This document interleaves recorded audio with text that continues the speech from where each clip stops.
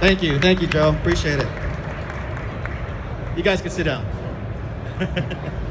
Good morning. How's everyone doing? Good. I got to be honest with you. This is the most amount of vape shops I've ever seen prior to 12 o'clock. Usually I walk into a vape store and it's still not open at 12 o'clock. Well, today I get to talk about a really important topic, and it's risk. And the topic's called Cover Your Assets, right? Protecting your business with the proper insurance. My name is Juni Banico. I'm a licensed insurance agent in Southern California, and I work for a company out in Seal Beach, California. We're a full service agency, which means that we do everything from personal insurance to commercial insurance. It's founded by a broker named Shannon Sweeney, and again, we do workers' comp, commercial auto, commercial property. Tell you a little bit about myself. I started with State Farm back in 2010. I joined SKS in 2012. I started specializing in vape insurance back around 2013. I really started getting into it after attending a show called Vapetoberfest. How many of you were at Vapetoberfest back in Long Beach back in 2013? A few of you were, right? We've come a long way since then. From there, I met a couple by name Mark and Pam Cube of eLiquid, and I actually went to work for them for about 20 months, where I actually specialized in manufacturing and co-packing for eLiquid companies. I went back to SKS just recently in October 2015, and where I specialize in vape insurance and new industry. All right, so here's the areas of discussion, and I want to tell you, I'm going to be here the whole day, and I'm not going to get through a lot of this information, so if you do have questions, or if you have a policy you want me to look at, and you just want to make sure you're covered properly, I'll be more than happy to answer any questions for you. Again, I'll be here the entire day. Just stop me, can't miss me. I've got a big logo on my shirt. We're going to talk about the importance of insurance and why it's important to have insurance. We're then going to talk about understanding your coverage, and then third-party manufacturing and co-packing. Are you really covered? It's one of my biggest pet peeves is the people telling me that they're covered under their manufacturer. Other types of insurance to think about, and also using insurance for employee retention. So let's get into it. Why is insurance important for your business? How many of you here, this is your biggest investment around? This is how you feed your family, right? This is everybody. This is your retirement plan. This is probably your legacy that you want to leave for your family. And guess what? There are people out there that are willing to take it away from you, right? Whether you like it or not, we have enemies. Every industry has enemies. They want to take away your success. Why? Because it's an easy way for them to do it, right? There are attorneys out there that seek out liability claims. You've heard it all, right? Orange County woman claims deceptive advertising against e-liquid sellers. California company sued over chemicals in e-liquids. You've seen you've seen these pictures and videos on Facebook with batteries blowing up in people's pockets. You have law firms who seek out liability claims.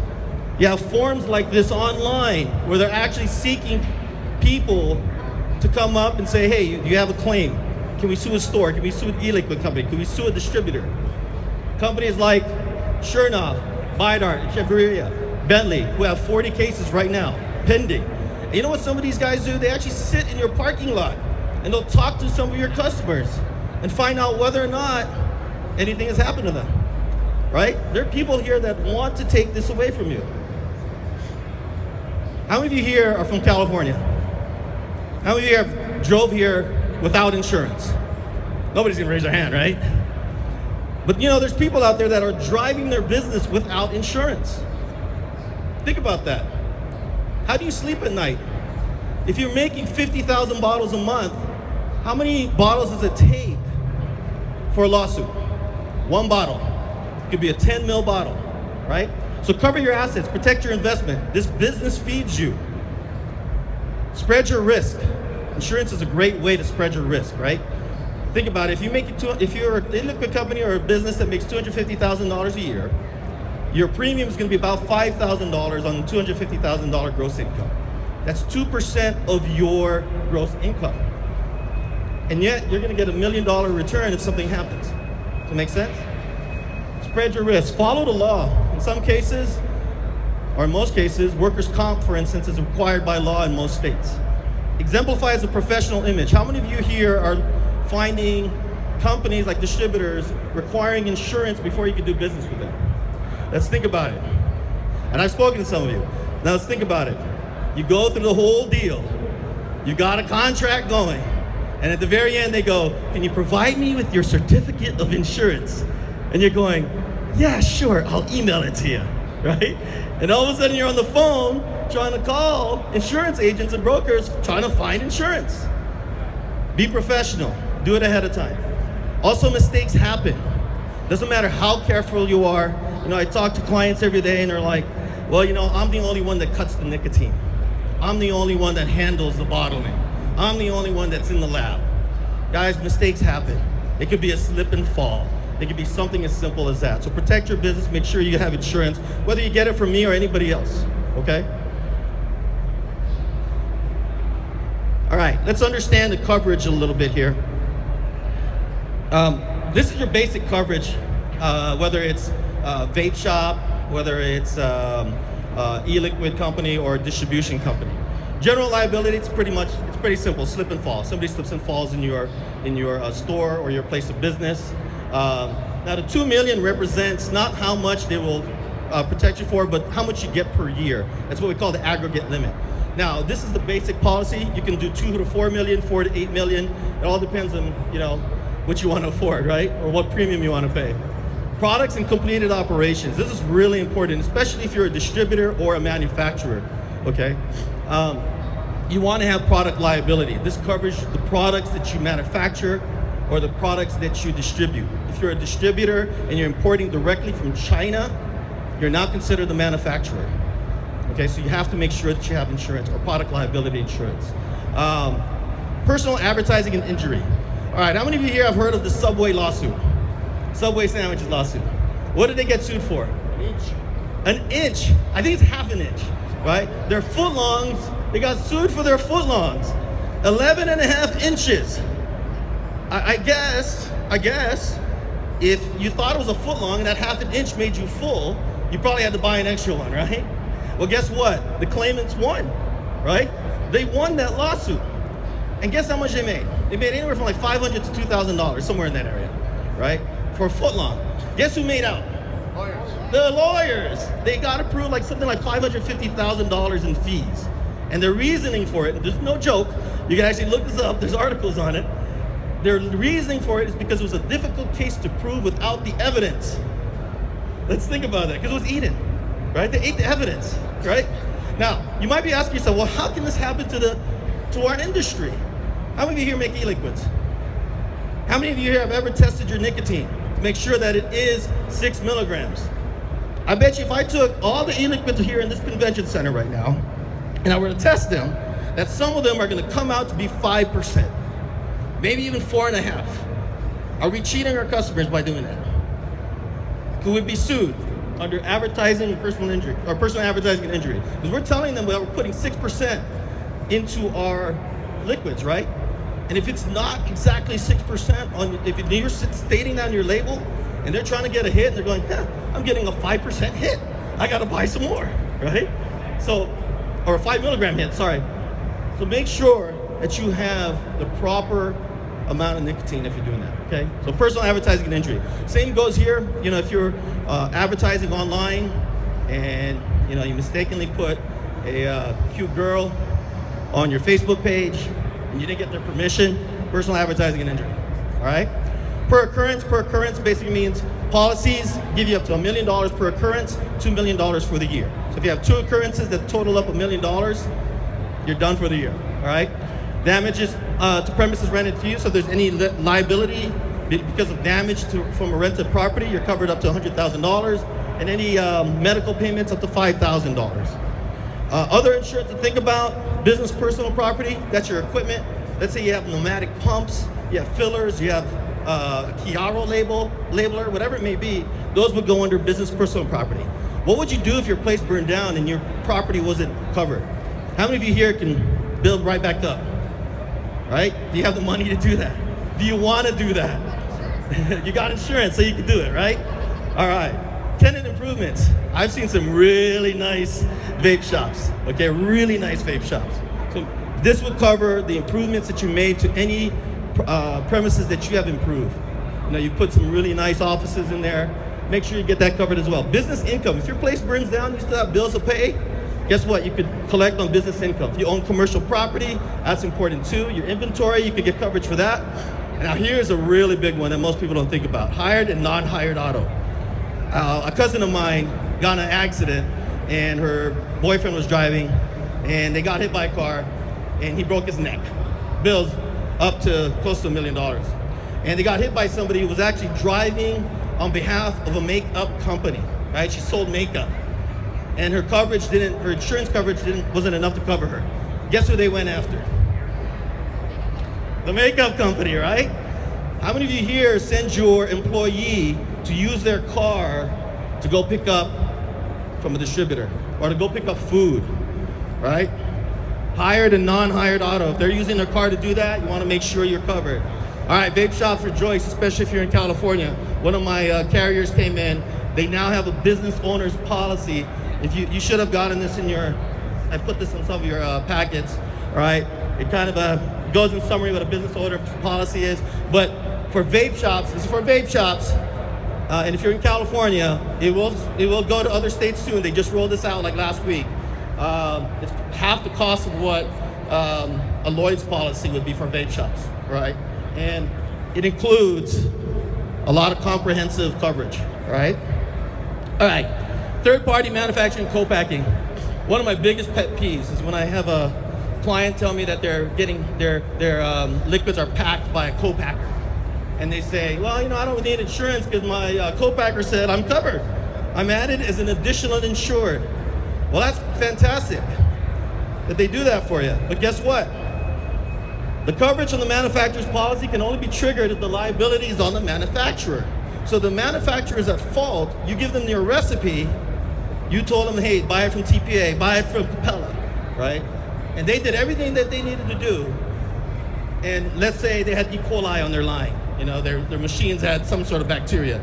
They're at fault. Guess what? If you get dragged into that lawsuit, you'd be covered under their additional insured. But if it wasn't their fault, let's say you claim that there's no diacetyl, and it turns out 3 months later, diacetyl shows up on the shelf while it's sitting on the shelf, you're at fault. Their insurance will not cover you, more than likely. The manufacturer's coverage is secondary. In some cases, the additional insured is only secondary to your coverage. So unless you have coverage, you're really not covered under their policy. All right, it's only excess. Oh, what did I do? There we go. All right, additional insured, the coverage only extends to products. It doesn't extend to advertising or to general liability. So if they slip and fall, it doesn't cover you. Okay, so there's other things that it doesn't cover you for. It also, the limits are shared. So let's think about it. Co-packers probably work with more than one client, right? So what if they have 10 clients and they're all on that same policy? If there's a class action lawsuit, you don't have $1 million of coverage. You only have 100,000. Does that make sense? Here's a big one. How do you know they're making the payment? They tell you they have insurance, but you didn't realize they lapsed in coverage. Guess what? If they lapse in coverage, you're not covered. So don't rely on somebody else to protect your business. Make sure you get insurance. All right, something to think about. Workers' compensation, it's the law. In most states, it's the law. You have to have it to protect you from your employee. Because if they get hurt, guess who has to pay for the medical bills? An employer, right? Business auto, we talked about that. If you have outside salespeople and they're using their car, make sure you review their business auto insurance. Make sure they have business auto use, okay? Commercial auto, if you have a van or if you're using some sort of vehicle and you have a display or a wrap, make sure you have commercial auto. Commercial liability umbrella, that simply means an extension over the $1 million, okay? And disability insurance, most of us here are probably self-employed, right? If you get hurt, what happens? Can you run to the disability office and, you know, get some disability payments? Probably not. That's where disability insurance comes in. All right. A lot of us here probably also have some really good employees. Trust me, the shop down the street, the e-liquid company that's your competitor across from your booth is looking at your employee and going, gosh, I wish I had that guy. I wish I had that girl, right? How are you gonna keep them? One way is for group health insurance. And believe it or not, you don't have to have 50 employees. You can do it if you have 5 employees. And it's really not as much as you think. As a matter of fact, we have a few companies that we actually insure and do group health insurance for. It minimizes sick days. How many times have you heard an employee come in and they're coughing and you're sitting there, oh, don't get me sick, right? Well, guess what? If they could go to the doctor and get a shot, they could probably return to work faster, right? Minimum contributions are usually about $100 a month, 75% employee participation. Now here's one that most people don't think about, group life insurance. You could do that as well, $15,000, $25,000 policy. Unfortunately, we have seen some people in our industry have passed away. And what's the first thing we do? GoFundMe. You know, back in the day, it used to be a car wash at 7-Eleven, right? So let's ease the pain of some of our families. Let's keep them with maybe an insurance policy or a life insurance policy. They're cheap. All right. So be proactive, get insurance, protect your assets. You know, if you need a quote today, I'd be more than happy to help you. Again, I'll be more than happy to also review any policies. Review your current policy. If you have a vape shop and you have, let's say, a Mesa insurance policy or Western Heritage, they more than likely remove products liability out of it, unless you pay for it, okay? So that's happened in a lot of policies recently. Avoid buying direct, buy from US manufacturers, so that way you're not the manufacturer. Keep outstanding records, keep samples. If you're a e-liquid company, keep a log of who you sell to and buy from. Did you know that some of these lawsuits that are happening, the client doesn't even have a receipt? They're not even proving whether or not you're buying it from that company. Isn't that interesting? But if they hire an attorney to go after you, guess what you have to do too? You have to hire an attorney as well. And what they're hoping for is to drag it on. So Mr. $300 hour attorney, you can't afford him anymore, you're like, yeah, I'll just pay it, right? So make sure you keep good logs and who you're selling to and buying from. Place warning signs in your place of business. I know most of you do that already. We've been doing that for a long time. Guys, I mean, I wish I had everybody's advocacy sign here, but before I end, I just encourage you, please visit our advocacy groups. You know, go support them, go support SFATA. You know, we really have a tough battle ahead of us, but I think if we all team up together, we could win this fight, guys. We really can. Again, my name is Juni. Oh, turn it on, keep on turning it off. This is my information right here. Turn it off. Well, I'll be here the whole day, so if you just want to stop me and, you know, get my information. I forgot to talk about this. We're a pretty relaxed company. This was Halloween, and you know, the girl said, "Hey, come dress as a cowboy." Well, everybody else dressed up as cowboys. I didn't want to look like the village people, so I wore a cowboy uniform.